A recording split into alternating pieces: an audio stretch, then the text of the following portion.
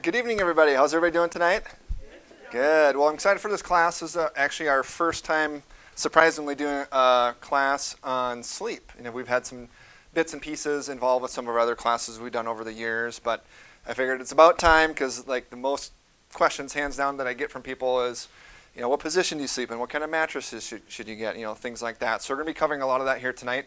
And so that way, by the end of tonight, if you take what we're talking about and apply it, you'll be sleeping like this guy right here. So I want to start out tonight and just sharing a real quick story. So there's this older couple that really loved to go on their Sunday drives. And so every Sunday that they would head out on their drive, they'd stop into this full-service gas station.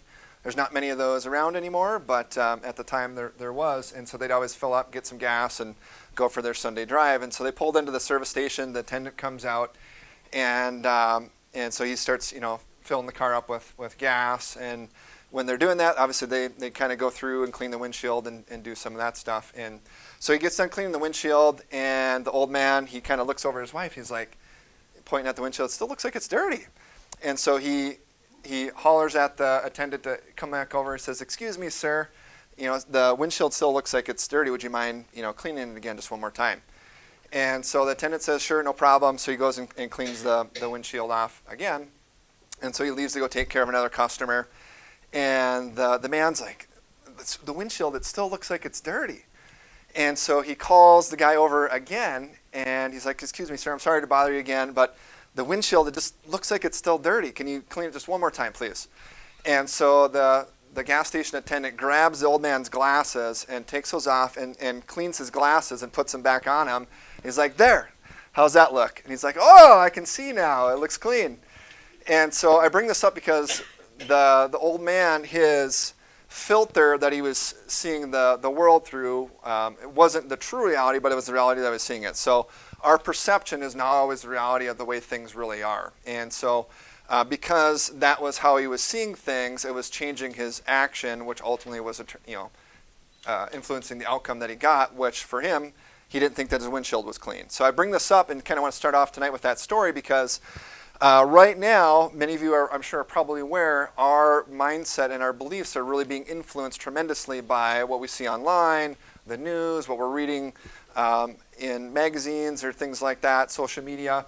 And so, unfortunately, over the years, it's kind of transitioned, and just here in America, just in general, of any other nation out there, we take the least vacation time. It's always kind of all about go, go, go. What can you produce? How much more can you get done? Just being more, more efficient with your time. But a lot of times that's at the expense of our health, especially when it comes to our sleep. And so that's what I want to maybe shift our perspective or mindset a little bit tonight, and really helping you understand that how important sleep really is for you and for just your overall health. And so we're going to be talking about that. A couple things. Number one is, how much sleep do you actually need at night? And that varies a little bit from, with your age, how active you are, but what also happens to your body physiologically if you're not getting the adequate amount of sleep or getting good quality sleep. We're going to be talking about some of the common things that people are doing to address their sleep, whether it be taking over-the-counter medications, sleeping medications to kind of treat their symptoms but not really fixing the cause.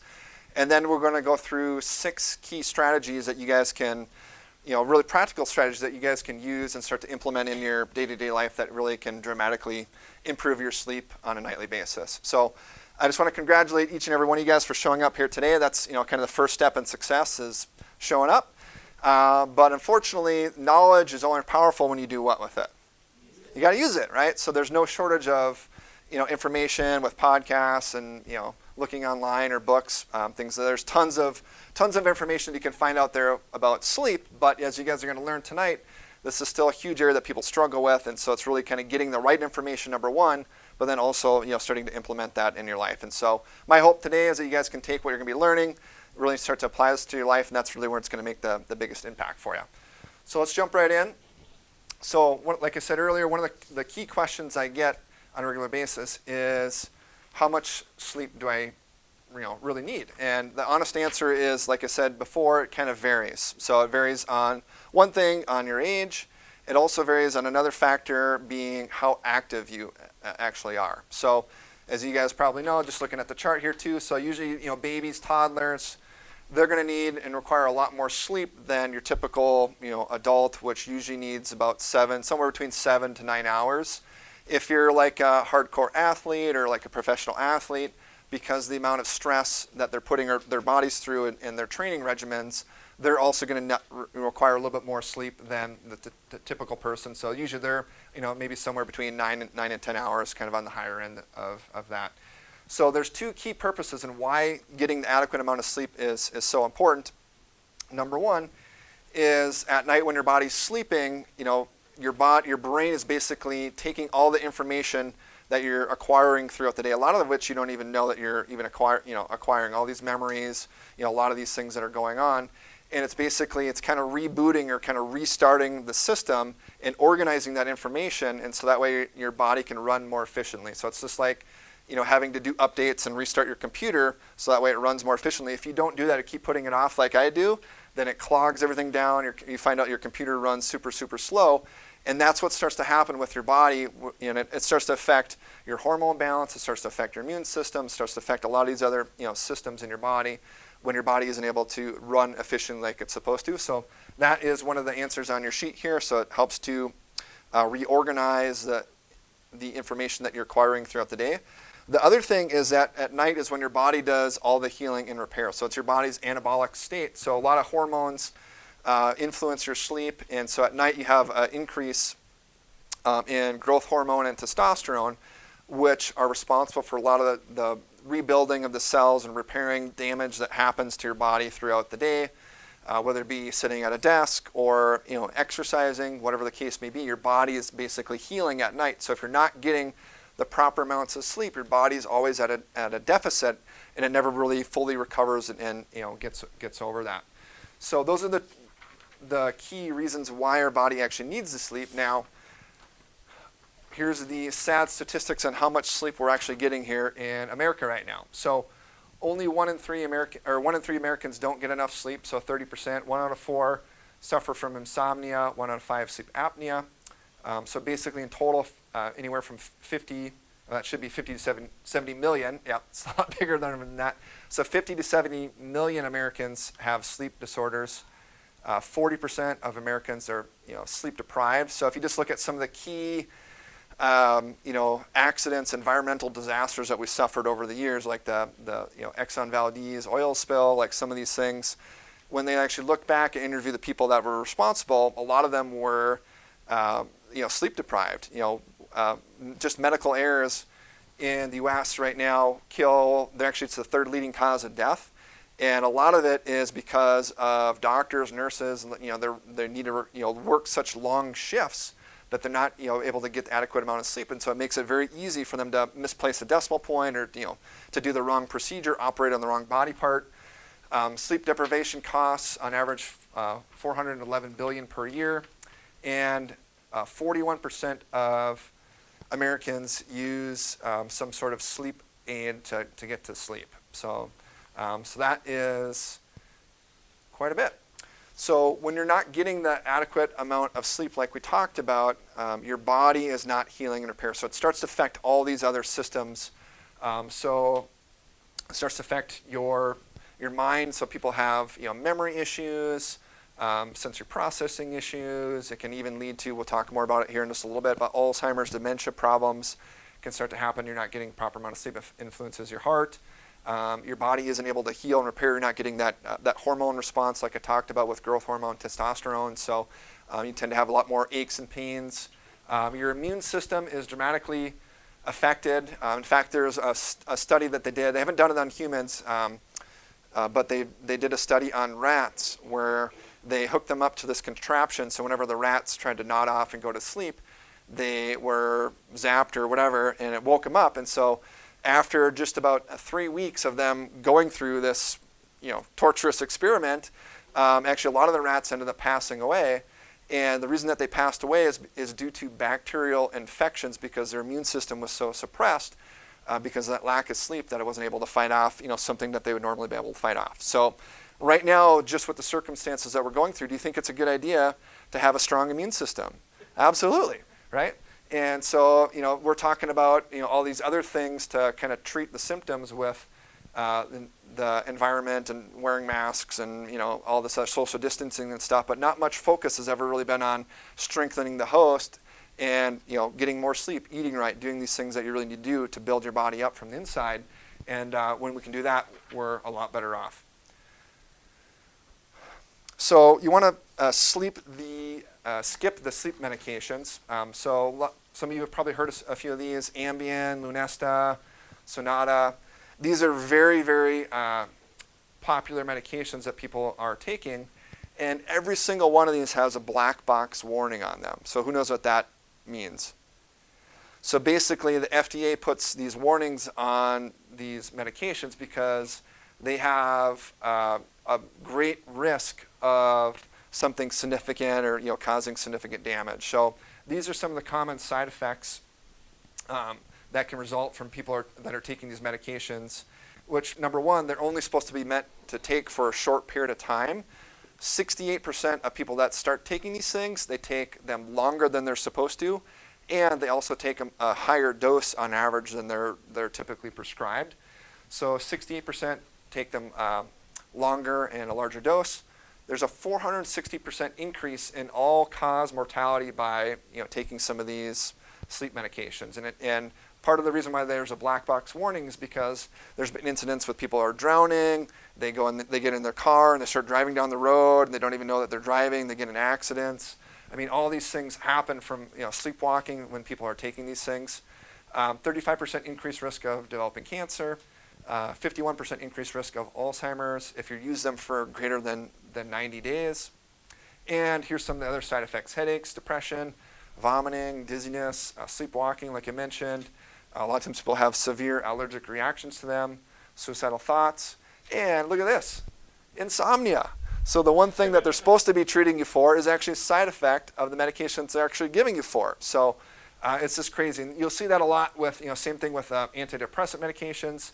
One of the side effects of that is actually depression, more severe depression. So these things, while they can treat the symptoms sometimes, they're not really fixing the cause. And it's not a good long-term solution, as you guys can see. So what you need to understand is just how does your body work? And our bodies, many of you probably heard of, who's heard of the circadian rhythm before? So basically, you have these fluctuations in your body's hormone that causes it to be more alert and awake. And then in the evenings, it changes to different hormones, and that causes you to get sleepy and be able to sleep. Okay? And so the two main hormones that are responsible for the wakefulness and then the sleepfulness are cortisol and melatonin. Okay? So starting here in the morning, right around 6 a.m. or so, is when your cortisol starts to increase. And so that causes it causes more sugar to go into your bloodstream, so it kind of wakes your brain up, and it increases the circulation in your body, causes more blood flow. And so that starts to basically wake your body up, somewhere right around 6 a.m. And then, a lot of times people are eating a breakfast at that point, 7, 8 o'clock. And so now your body starts to produce insulin to help with the blood sugar fluctuation from eating breakfast. And somewhere kind of right here around mid-morning, and then this is where people have a spike in testosterone and have their peak alertness. So if you're scheduling your day, for most people, and there's an interesting questionnaire that you can take, and I'm blanking on the website right now that you can do it. I just did it, but it basically helps you kind of figure out what chronobiological type of person that you are, and that way you can see like how to structure your day based on your biology. And so are you more like a morning person? Then you're probably going to want to schedule the more productive tasks first thing in the morning rather than in the evenings, because those type of people tend to be getting tired early because they're up early. So it kind of lets you know which how to fill in your day based on that. So one thing that's really good to do in the morning that also helps you wake up is doing some sort of kind of just light aerobic activity. So it would be going outside. Outside is best. Going out for a walk, maybe a bike ride. Doing something outside, especially when the sun's out. So right now we're moving into a time of year that probably won't see that until 7, 8 in the morning. But usually in the summertime, getting out early and in the sun, because that actually helps your body wake up, and there's a lot of other benefits just from being in the sun. So, but doing more kind of light aerobic activities to get your body moving in the morning is the best time to do that. If you're doing any kind of like higher intensity type of training or exercise, then you want to try to do that somewhere kind of in the mid-afternoon between like 2 to 5, because that's when your body tends to have the best recovery, responsiveness, just everything is working at a much higher level. So you're going to have a much more productive and efficient working out in that time frame versus first thing in the morning. And then that also helps too as you transition into dinner, because for a lot of people, dinner is one of their bigger meals of the day. So now if you're working out hard, then your body is going to be, you're going to be using up a lot of that, the sugar stores that you have. So your body is going to be able to break that down rather than eating a huge meal and going right into dinner, or right into getting ready for bed. Then your body's going to be able to store all those extra calories and that sugar as fat, basically, versus if you worked out right before that. So, and then as you transition it into the evenings, then your body starts to shift into night mode. And so right around 9 p.m. or so, that's when your body starts to produce the melatonin. Okay, and that's your kind of sleepy hormone, and that's one that is responsible for helping you sleep.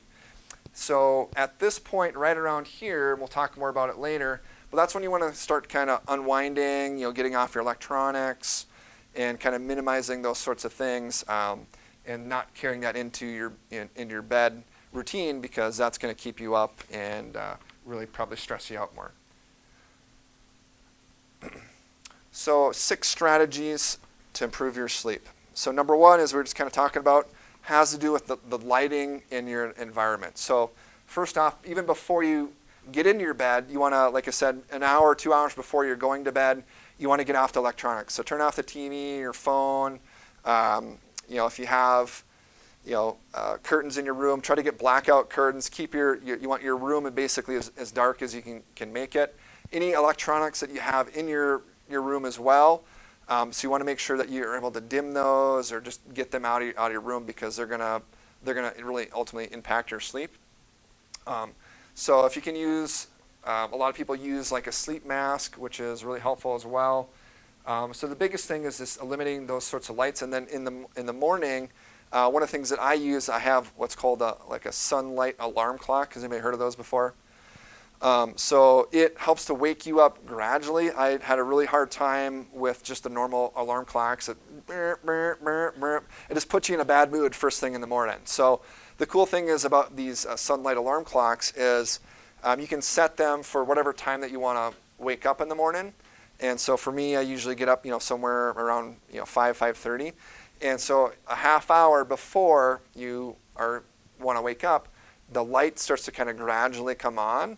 And so before my alarm even goes off, I'm already kind of basically waking up at a kind of gradual, more natural pace than just the alarm blaring off, when it's time for you to get up and, causes you to feel really crummy. So cut down on the electronics, and definitely, if you have a TV in your room, you don't want to be having that on, while you're getting, ready for bed, or bringing your cell phone in bed, which is what a lot of people do, and they're perusing through social media or whatever, and that's not a good time to do that. So that'll really stress you out more than anything. So second thing here is the temperature. So this is pretty important. So you want to make sure that your room is kind of on the cooler side. So usually 60 to maybe mid 60s is a good spot to have that, because when your environment and your room is cooler, then actually helps you sleep a lot more soundly. You're not waking up sweating and hot, and so you want to have a more cool environment. When in the fall or in the spring, it's nice to open the windows and kind of let some of that cool in. I always like to have the window open at night. I don't care even if it's just an inch. Yep. Yeah. So I mean, The colder it is, the better. The colder the better. Yep. Yep. There's also, so if you and your significant other or spouse kind of butt heads on that, one person likes it cold, one person hates it cold, there are some other options. There's these little, what are called chili pads. You can get these little mattress insert things or pads you put on your mattress that basically circulates cold water. And so the room actually still stays the same temperature, but because that cold water is circulating underneath you, it actually helps keep your body at a cooler temperature, and you're able to get a more sound sleep. So those are other options you can look into as well. Number 3 is noise. So try to minimize, obviously, the noises that you're exposed to. So if there's, furnaces or, definitely turn off your phone so you're not, hearing the text messages and things like that coming in. That shouldn't even be in your room to begin with because, if it is, make sure that you turn it on to airplane mode because those constantly emit what are called EMFs. So there's electromagnetic frequencies that are being emitted from that, and that actually affects your circadian rhythm in your sleep. So you want to be turn that into airplane mode, get that out of your room. But noise, so getting like a fan or some kind of like white noise. You can get apps on your phone if you are going to have your phone. Make sure, like I said, it's in airplane mode, but you can turn on the white noise. And that helps drown out any passing trains or other just kind of weird noises that you have that happen in your house sometimes that can wake you up. Eating for proper sleep. So this is important. So number 1 is you want to eliminate the late night right before you go to bed kind of snacking. Okay. So what that does, and fortunately that's kind of when a lot of times people look to the ice cream or look to these other kind of post dinner treats that they enjoy. What happens though is that's going to spike your blood sugar up, and one of the things that can wake people up is in the middle of the night when their blood sugar starts to come back down, then your body thinks that it's hungry, so it kind of wakes you up out of your restful sleep. So eliminating that those kind of treats, especially like later before you go to bed, but also when you're with your dinner, not eating a lot of carbs. So eating, keeping it more kind of low glycemic foods. So like sweet potatoes, meat, salads, things that are lower on the glycemic index, and so that's not going to spike your blood sugar up as well. And so try to finish up your meals, around 7 o'clock or so if you can, and that way your blood sugar is going to come down. It's going to help you sleep a lot more soundly.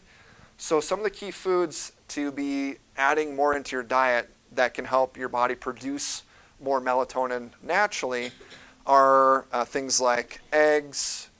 We all know Thanksgiving produces lots of turkey, produces a lot of tryptophan, which makes you sleepy, which is why I always take a nap after Thanksgiving dinner. So turkey, chicken, meat, eggs, good quality whey protein's really good. Nuts, things like that are excellent things to be adding more into your diet because it helps you produce a lot of these good hormones. So it helps you actually produce more serotonin, and also, which is your happy hormone, and also produces more melatonin. So you kind of get a win-win by just changing your diet a little bit. So number 5, having a consistent routine. So this is a pretty important point here. So making sure that you're getting up somewhere around the same time in the morning and also going to bed somewhere around the same time in the morning. So for some people, I know this can be kind of challenging just with your work schedule. Some people, like nurses, we have a lot of people, nurses and stuff, that their schedule always is changing and, working in the nights and the mornings. So I get it, but you want to try to keep it as consistent as you can.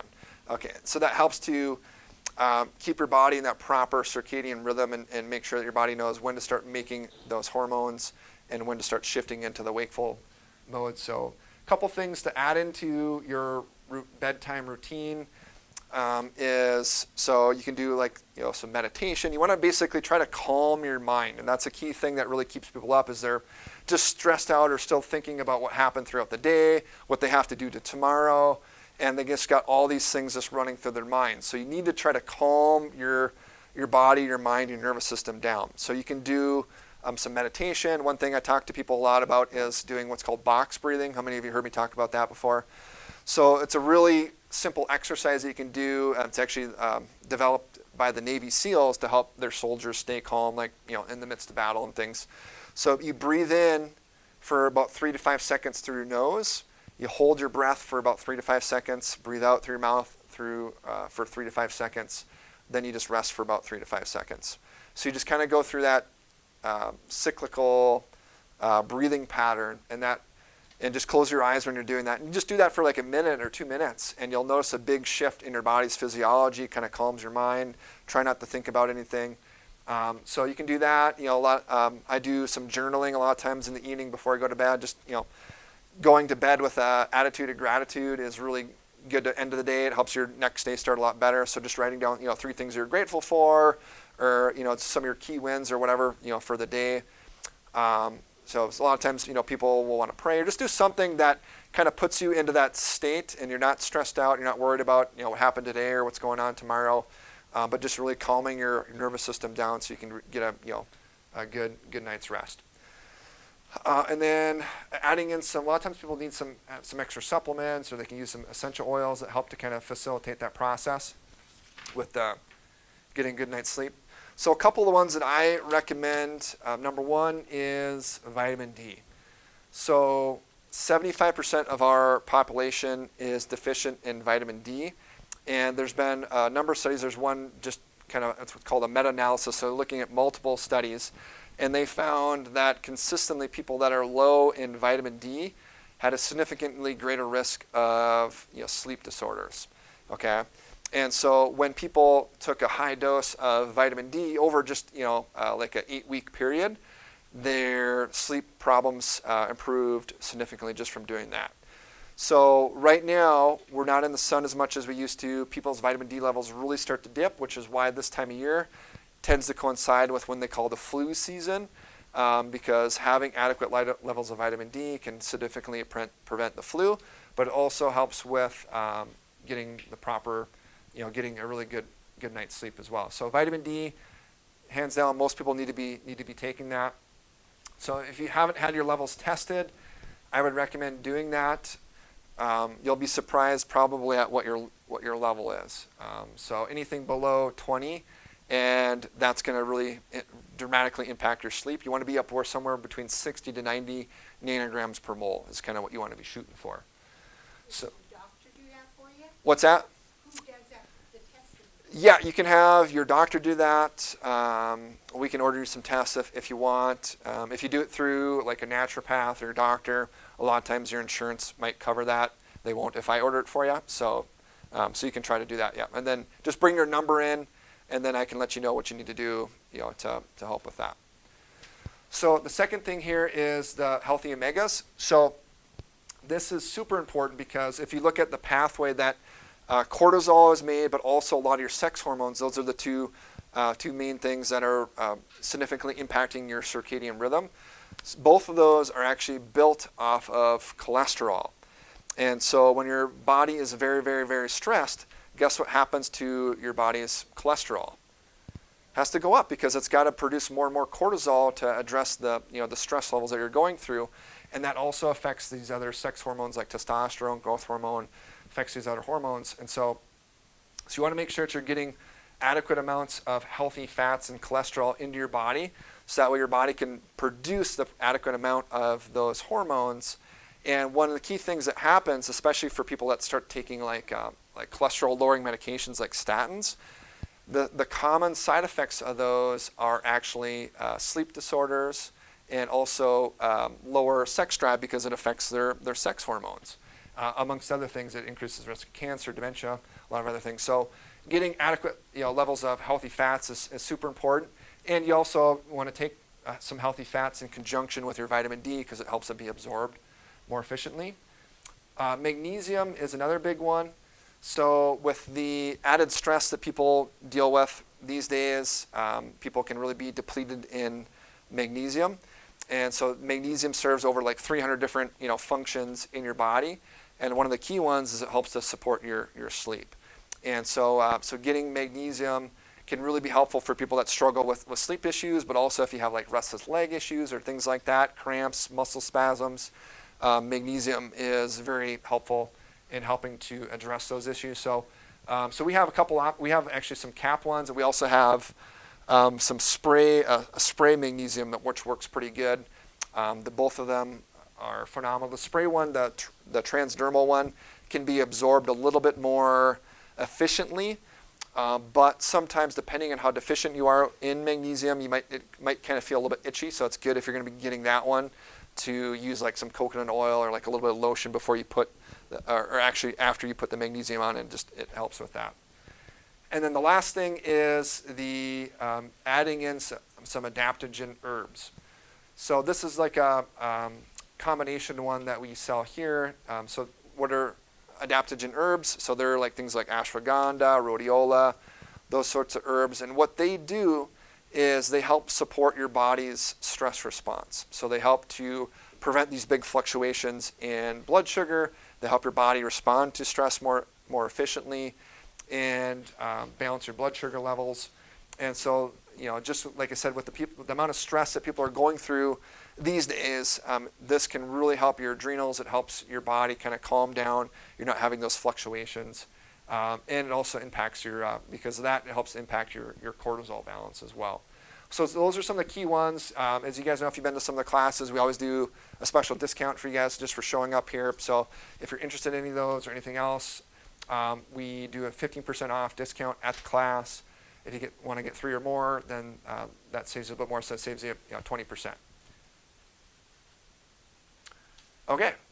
Well, your sleep position is kind of an important thing. We spend about a third of our life sleeping, so many of you probably wake up and your bed looks something like this. Actually, you probably add in a couple dogs and maybe a cat in there, and that's how you sleep at night. And so people wonder how their spine gets messed up or why they're dealing with this problem or that problem.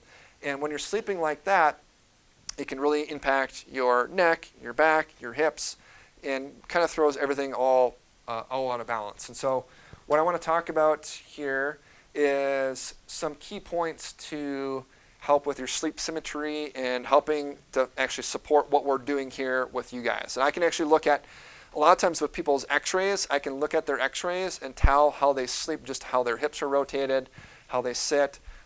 Sometimes when people come in for their daily adjustments, I can look at things and be like, hey, did you sleep on your stomach last night? And they're like, oh, how did you know? I was like, well, yeah, your upper neck's way off here. And so these are the kind of the best, better, and worst positions to be sleeping in. So number one, ideally you want to try to sleep on your back if you can. Okay, and so the reason why that's important is that's going to help with maintaining that proper curvature that we're working on with your neck. If you are sleeping on your back, then it's also helpful to put like a pillow or something like that underneath your knees, and that helps to take some of the stress off your hamstrings, which can sometimes pull on your lower back and cause people to be uncomfortable when they're laying on their backs like that. But when you're on your back, so you have the pillow there, you ideally want to use your cervical roll under your neck if you can, because that helps to keep the head back over your shoulders where it's normally supposed to be, while helping to maintain that proper curve in your neck. Some people, I get it, for whatever reason, they just can't sleep on their cervical roll. And so the second best thing would be to get like a cervical type of pillow that has still that kind of that wavy curve in there to help to maintain that proper curvature that you want to have up there in your neck. So that's the best position. Now, the second best would be on your side. Okay? So the key things here is a lot of times when people are on their side, they're not putting the pillow between their leg, and so what they do is they kind of roll one leg over the other, and that causes a lot of torsion in your hips and also in your lower back. And so that's going to really cause rotation down there. It's going to cause imbalances in your hips, and that's going to be impacting you when you're walking, standing, doing those sorts of things. Things are going to be off balance and causing a lot of the problems that you have down through there. So you want to make sure your legs, your knees are together. You have just kind of a small pillow in between there. And then when you're on your side, you do not want to use your cervical roll. So you want to have a pillow that you use when you're on your side. And make sure that you talk to your spouse or whoever and have them check to make sure that the pillow is the proper height. You don't want it too small, or your head's going to be leaning this way. If you have it too big, it's going to be kind of cocked up that way.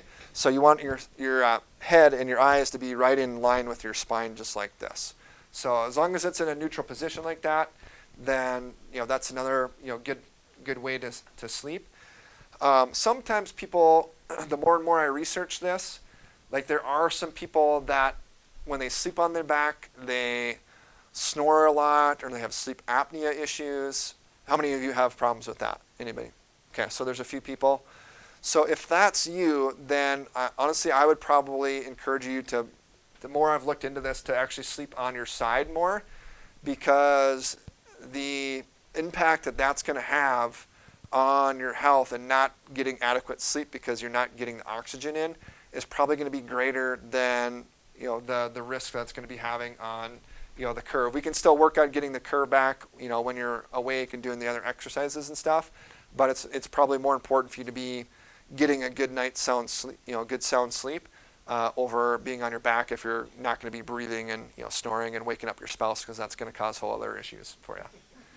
So, but hands down, the worst position to sleep is on your stomach, because you have to cock your head one way or the other. That causes a lot of issues, particularly in the upper neck, but also down in the lower back area. So you don't want to sleep like that. So back or on your side.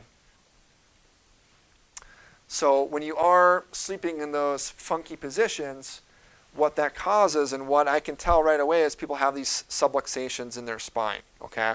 So when you have a subluxation, that's when the spine or the vertebrae get out of alignment, and that damages the nerves, and that may or may not cause pain right away. A lot of times it doesn't. Only about 6% of your nerves actually sense pain.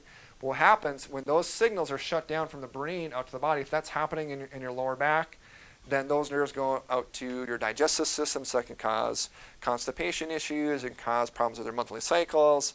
It can cause prostate problems, all sorts of things. If it's up here in your upper neck because you're sleeping on your stomach, well, those are the common nerves that go out to the eyes, ears, nose, throat. So allergy issues, sinus problems, ringing in the ears, headaches, all that kind of stuff can come from having these misalignments in the spine, and which may be coming from how you're actually sleeping. So our whole goal here, and you guys coming in and getting adjusted, is we're helping to correct your subluxations, but make sure that you don't continue to keep making them and causing them.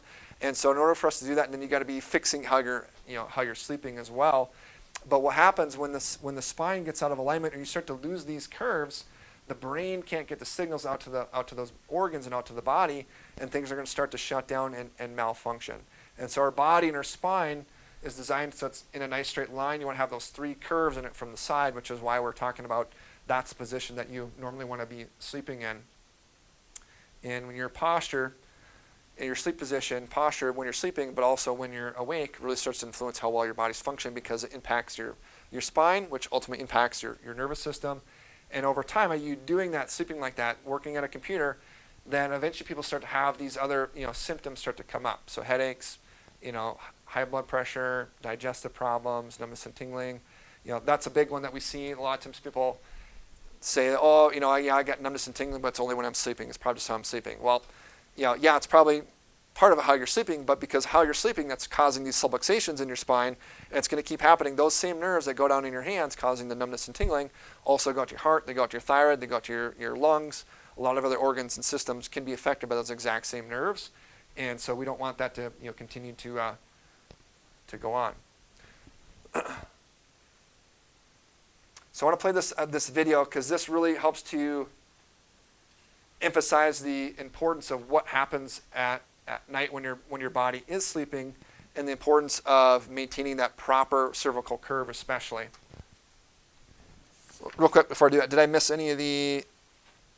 Mattresses. Okay, so I skipped. Yeah, so let me touch on that real quick here. So mattresses. This is a question that comes up a lot. It's very difficult for me to recommend a certain mattress for each specific person because people sleep in different positions, you have different preferences.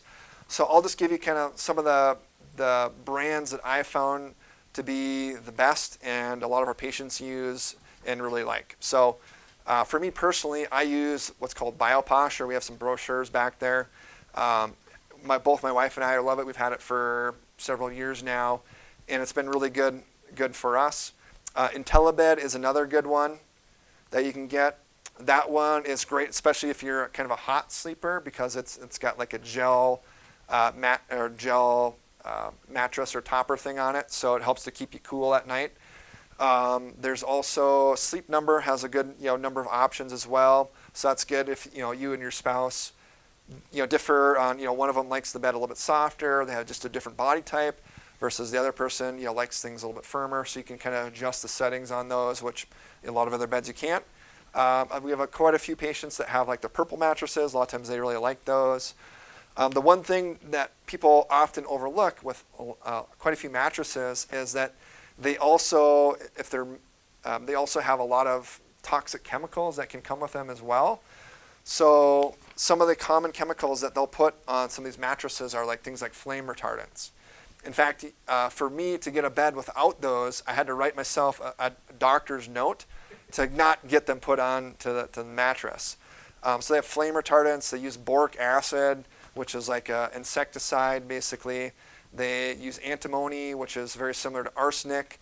And they have, just other things that, like, why are they even putting this stuff in there? And so here we are, we're spending a good bit of our life laying on these things and breathing in these chemicals, and it can really impact your health in the long run. So if you're looking at getting a new mattress, and if the company does offer options, I'm happy to write you like a letter to get one made without the flame retardant. So just all I say is that you're just got an allergy to some of the chemicals that they put on there, and then they can make it without that. So pillows. So number one, using the cervical roll that you guys already have. The other pillow that I use for myself if I'm sleeping on my side is called the Proper Pillow. So it's the same company that makes some of the foam rollers that we sell here. And it's really nice because it has the little cutout for your head, so your head can kind of sit in there, but it helps to maintain the cervical curve. And then if you roll on your side, it's nice and keeps your head in a nice neutral position. And there's different sides depending on how broad your shoulders are, that you can flip it one way or the other. And so it fits, most people pretty good. So Proper Pillow, there's the Cairo Flow is another pillow that you can look into. That one's it's got like a water interior in it, and then a memory foam on top.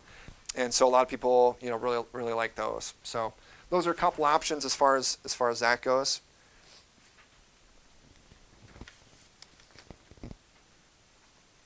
I didn't get your first one on the mattress that you said was good. BioPosture. So there's, Thank you. yeah. So there's some brochures on it over there if you want.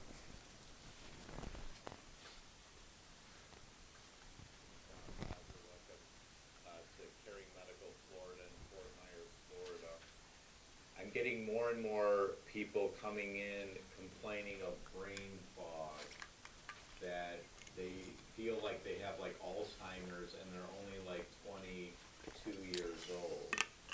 And they'll go to various doctors and they test them in their blood, food allergies, do MRIs of the brain or the neck, and nothing shows up.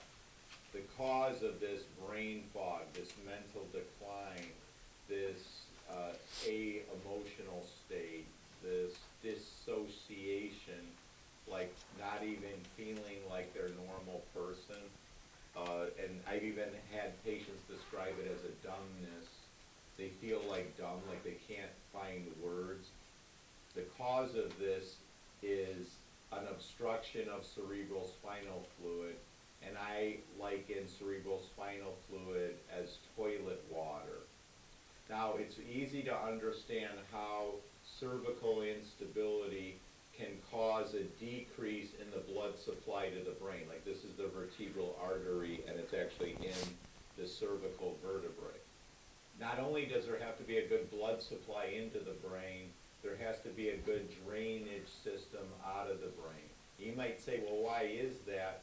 Well, basically, when you look at a cell phone or a computer and there's all that visual stimuli, that causes a lot of metabolic activity in the brain, and the neurons poop, basically. The neurons poop, or they have metabolic waste products that have to be removed from the brain.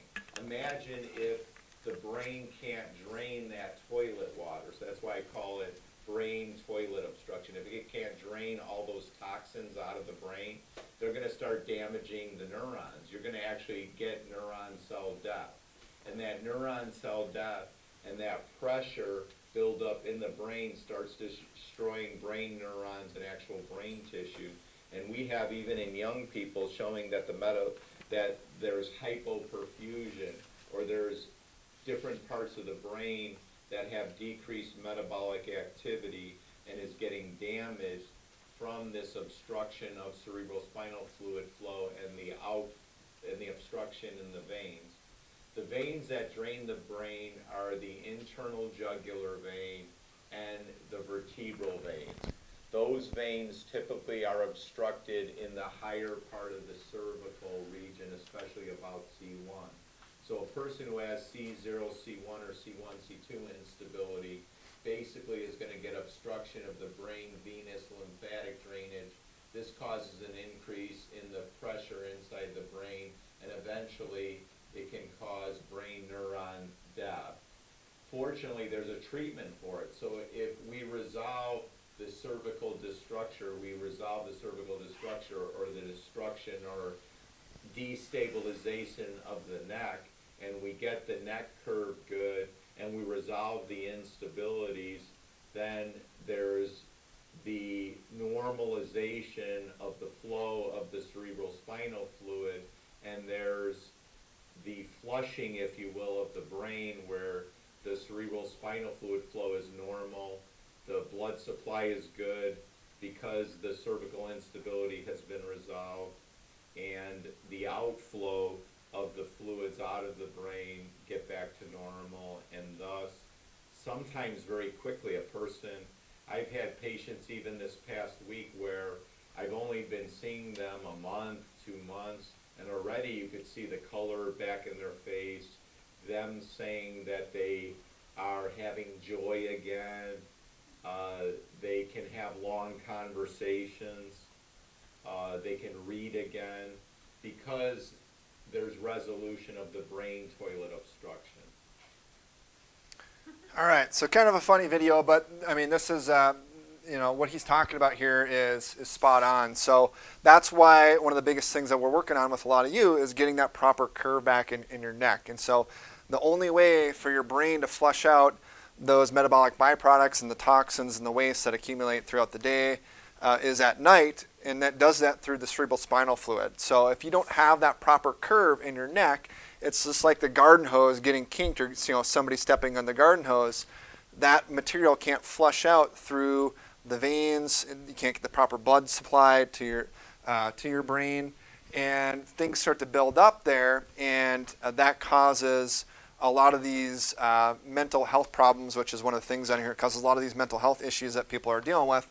Could be Alzheimer's, dementia, ADD, anxiety issues. These sorts of things all kind of build up because the person isn't able to rid their body, rid their brain, and reorganize that stuff like they're normally supposed to if they have that proper curve there. So the main area that he was talking about is that upper part of the neck. And so when people sleep on their stomach, guess what area is impacted the most when they have to crank their head one way or the other?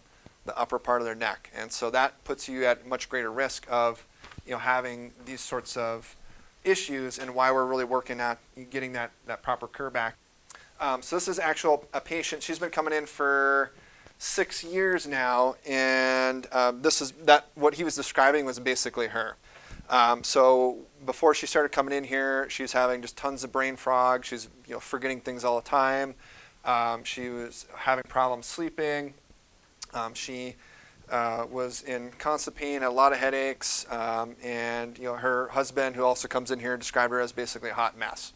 And so she started to go to a personal trainer, and he's like, I think your hormones may be out of whack or something. Why don't you go and see somebody about that? So she did. She went to her medical doctor, and they did a bunch of tests on her, and they ended up putting her on thyroid medication.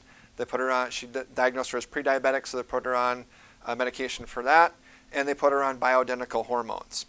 And so she was taking that stuff for a while, didn't really make her feel all that good. And her husband ended up hearing my radio show several years ago, and everything just kind of clicked for him. Like, hey, this makes so much sense. Your nervous system controls everything in your whole entire body. How come nobody's ever looked there? We've never had her spines checked. And so she ended up coming in, or both of them ended up coming in. And so we found out that she had lost a good bit of this curve here in her neck. And so we started working with her and getting this curve back. This is over, about 3 months, 4 months or so. And she saw about 7-8 degree curve increase with her neck. And like I said, she's been coming in for quite a while now, and night and day difference. So she's off all the medications that she's taking, hardly has any pain. She's walking further. She's lost a good bit of weight, just totally changed her lifestyle. She's sleeping better now. And what they were doing before was just treating and palliating her symptoms instead of really helping her actually get at the cause and really help her body heal naturally from inside out. And so this is her dumping some of her medications into our drug freedom jug there as she's getting off those because she doesn't need those anymore. And so that's what we want for everybody. And a lot of times people don't really know where the source of health and healing really comes from. It doesn't come from the outside, it doesn't come from these medications, it only comes from within. And so the very most important place for people to start if they're trying to get healthy is to have your spine and nervous system proper evaluated, because this is the master control system, okay? So what we do to do that is we look at your posture, we do a scan on the spine, we got to check and see if you have those proper curves that you need to have there, like we talked about here tonight. Those are very, very important. And then we come up with a plan if you do have some issues or you have some subluxations to really fix those. And so that's going to help improve your sleep. That's going to help your energy levels, help your body just heal and function like it's designed to do. So if you're a guest here and you haven't had your spine checked before, we definitely encourage you to do that. In fact, since you're here, we always do a special promotion at these events where it's just $27 to come in and have that done. Usually it's about $210 to do that and have all those x-rays and everything that we need to do. So if that's something that you want to do, then you can see the ladies at the front desk. They'll help you get that scheduled. The other thing, was this helpful for you guys here tonight? So on our, how many of you are friends with our Facebook page? I know a few of you are. So on our Facebook page, we're always posting other articles, videos. We have updates on these kind of events. Once we get these videos, Jackie is here. She's taping this. So once we get these videos made, we also post them up on those kind of platforms, our YouTube and also on Facebook. So if you guys ever want to kind of go back and review those, then that's a good place to do that, because we put all that information up on there. So if you haven't yet, I would highly recommend just liking our page. And then if we've already, since you've been coming in, if we've been able to help you in some way, maybe you're sleeping better, you're getting off medications, if you can just leave us a quick review, we'd really appreciate that. That's kind of one of the ways we get the word out there. A lot of people don't know that chiropractic can help with their sleep or can help them, with some of these issues like I was talking about with the other patient, Bev. So that's all I have for you guys there. Anybody have any questions before we kind of wrap this up? Do you have a source to buy those pillows since they're part of the same company you use? I do. Yeah. If you want one, let me know and we can order one for you. Yeah. Yeah. Was that doctor speaking of like dissociation disorders?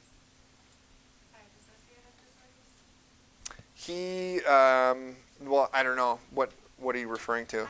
So like there's dissociative disorders like derealization and depersonalization, where like the main symptoms are like the brain fog and really acute like memory loss. Yeah. Yeah. So that's what he was talking about. Yeah.